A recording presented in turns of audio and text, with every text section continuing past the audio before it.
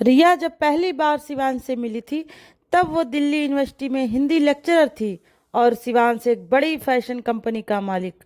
उनकी मुलाकात एक फैशन इवेंट में हुई थी जहां शिवांश ने रिया को अपनी सादगी और समझदारी के लिए पसंद किया था। जल्दी ही रिश्ता तय हुआ। शादी में शान शौकत की कोई कमी नहीं थी, मगर शादी के बाद जो हुआ वो एक सजा से कम नहीं था। रिया को शादी के 2 महीने बाद ही एहसास हुआ कि शिवांश एक ओवर पजेसिव कंट्रोलिंग पति है। वो उसे घर से बाहर नहीं निकलने देता है। उसके मोबाइल में ट्रैकिंग एप्स इंस्टॉल करवा दिए थे और हर कॉल हर चैट पढ़ता था। रिया की आज़ादी, उसकी पहचान धीरे धीरे खत्म हो रही थी। वो दिन भर महल जैसे घर में बंद रहती और रातें सिर्फ आंसुओं से भरी होती थी। कॉलेज की एक मीटिंग में रिया की मुलाकात नीरज से हुई। उसका पूर्व छात्र अब एक युवा प्रोफेसर था। नीरज के अंदाज में वो मासूमियत थी, वो अपनापन था जो रिया को कहीं खोया हुआ सा लगा। धीरे धीरे दोनों की बातें बढ़ने लगी। रिया ने पहली बार किसी से दिल खोलकर बात की। नीरज ने उसे भरोसा दिलाया, मैं हूं ना, सब ठीक हो जाएगा। वो हर उस एहसास को जी रही थी जो शिवांश के साथ कभी नसीब नहीं हुआ था। 6 महीने बाद जब रिया और नीरज का रिश्ता गहराने लगा, तब उन्होंने एक फैसला किया। शिवांश को हटाना होगा। शिवांश को मारने का कोई आसान तरीका नहीं था। वो सतर्क रहता था, हर चीज का रिकॉर्ड रखता था। रिया ने प्लान बनाया, रात को शिवांश को नींद की गोलियां देकर बेहोश करना और फिर बाथरूम में गिरा देना। मगर जब वो रात आई, सब कुछ वैसा नहीं हुआ जैसा सोचा था। रिया ने दूध में नींद की गोलियां मिलाई, शिवांश ने पिया और बेहोश हो गया। मगर तभी उसका मोबाइल बजा। उसमें सीसीटीवी का अलर्ट था। वो उठने की कोशिश कर रहा था कि रिया ने घबराकर बाथरूम में रखा राड उठाया और सिर पर मार दिया। एक ही बार में शिवांश मर गया। रिया ने सीन सेट किया, उसे बाथरूम में फिसला हुआ दिखाने की कोशिश की, कपड़े बदले, मोबाइल साफ किया और रोती हुई पुलिस को कॉल किया। पुलिस को पहले दिन से शक था। पोस्टमार्टम रिपोर्ट ने पुष्टि कर दी, ये एक्सीडेंट नहीं, मर्डर था। मोबाइल डेटा से चैट मिली रिया और नीरज की, बस एक बार वो हट जाए फिर मैं तुझे अपनी पहली रात दूंगी। उसकी लाश पर मैं तेरा सिंदूर लगाऊंगी।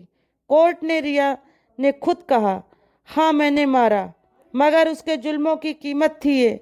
मीडिया दीवाना हो गया, प्यार के लिए मर्डर, पहली बीवी फिर प्रेमिका, अब हत्यारिन जैसे हेडलाइंस चले। रिया को जमानत मिली। उसने नीरज से शादी की, बेहद सादगी से, लेकिन एक नई उम्मीद के साथ। शादी की रात कमरे में मोमबत्तियां जल रही थीं, फूलों की खुशबू थी और एक अजीब सी खामोशी। नीरज ने कहा, अब कोई डर नहीं, ये रात सिर्फ हमारी है। रिया मुस्कुराई और नीरज को एक ड्रिंक दी, पहले इसे पी लो। नीरज ने पिया और बेहोश हो गया। रिया धीरे धीरे उसके पास गई और तकिए के नीचे रखा छुरा निकाला। अगली सुबह अखबार की हेडलाइन थी, फिर एक पति मरा अपनी ही पत्नी के हाथों, काली दुल्हन की दूसरी पहली रात। पुलिस जब पहुंची, रिया बिस्तर पर बैठी थी, खून से सना छुरा हाथ में, और उसकी आंखों में आंसू नहीं, सुकून था।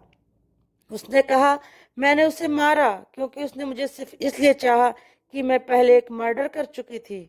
वो मुझसे डरता था, प्यार नहीं करता था। मुझे कोई प्यार नहीं करता।